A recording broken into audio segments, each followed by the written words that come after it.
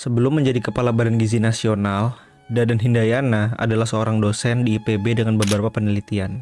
Bidang fokusan dari Dadan ini adalah ahli serangga atau entomologis.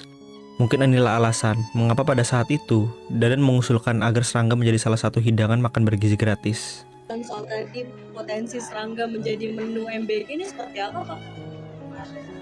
Itu salah satu contoh ya.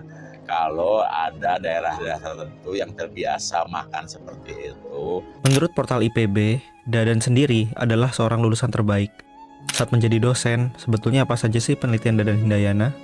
Di sini, kita akan bahas semua penelitiannya selama menjadi dosen. Tapi sebelum kita masuk ke sana, kita harus paham dulu konsep dari salah satu cabang biologi, yaitu rantai makanan.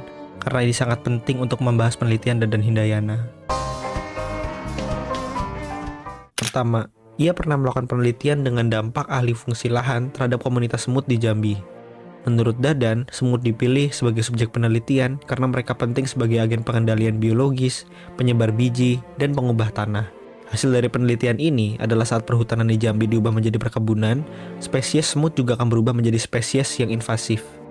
Kedua, ia pernah melakukan penelitian tentang peran serangga Ordo-Coleoptera di daerah reklamasi batubara. Contoh dari serangga Coleoptera ini adalah kumbang. Inti dari penelitian yang dilakukan oleh Dadan ini, ia ingin mengetahui apakah hasil pemulihan ekosistem yang rusak akibat penambangan ini bisa mengembalikan komunitas serangga Coleoptera yang hilang. Hasilnya, belum bisa dipulihkan selama 10 tahun. Ketiga, ia pernah melakukan penelitian tentang sebaran distribusi geografis kutu putih di Indonesia. Ia melakukan penelitian ini karena kutu putih sendiri adalah hewan asal Afrika, sehingga ia ingin mengetahui bagaimana persebarannya di Indonesia.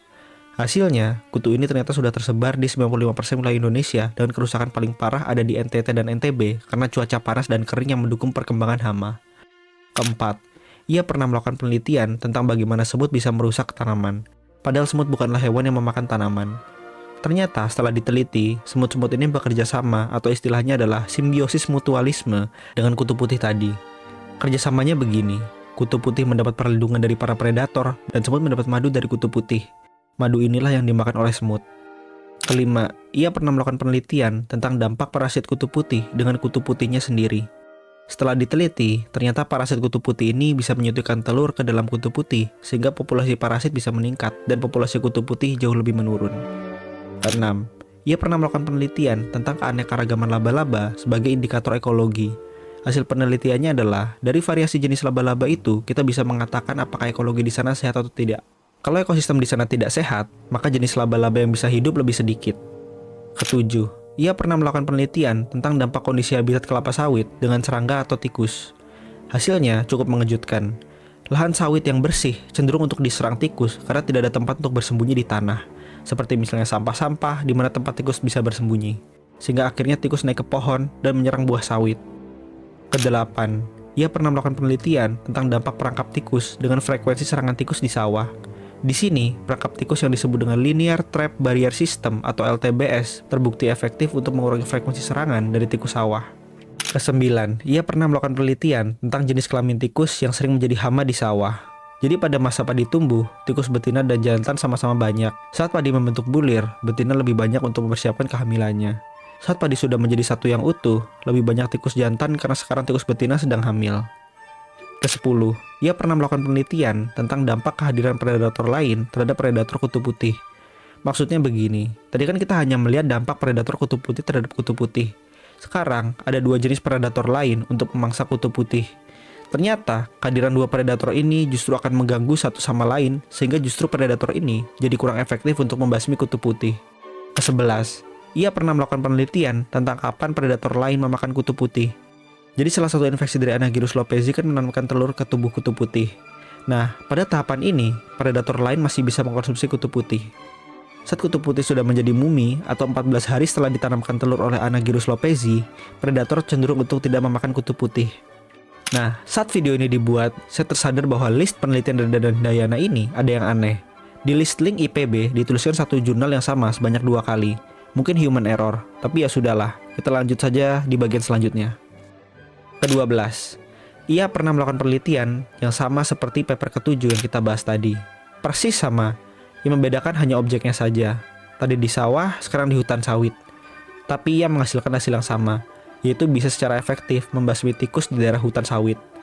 Ke-13, tulisan dia ini betul-betul mirip dengan tulisan dia ke-9 tadi yang kita bahas. Bedanya hanya cara dia menganalisis datanya saja.